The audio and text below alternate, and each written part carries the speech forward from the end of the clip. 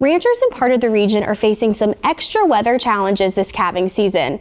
In this week's Agweek cover story, we meet a rancher who's changing his operation to try to avoid calving in bad weather.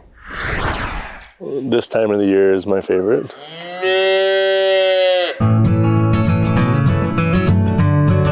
If you don't have cattle, I don't think you quite understand how much you enjoy it, because it's a lot of work.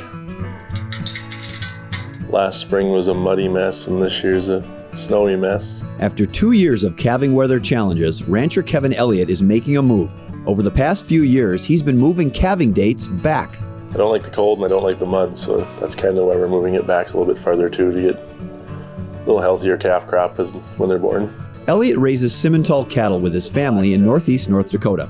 Initially, they calved in January and February and sold their bulls and heifers early the next year. But recently, they began inseminating the cows in June, calving in March, and selling them at 18 months at a November auction. It was probably 2/3 of the calves were born, and it was just mud everywhere.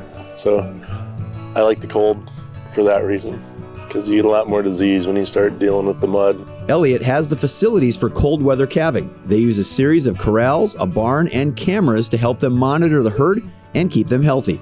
This guy here is just born yesterday. He thinks the bulls are healthier and have better longevity if they are allowed to put on weight gradually instead of being fat one-year-olds when they're sold.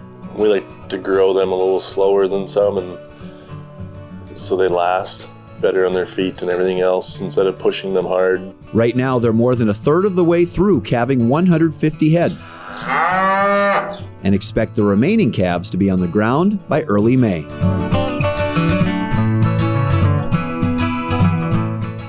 Thanks for watching AgweekTV on YouTube. Make sure to like and subscribe. We put out new videos every Saturday.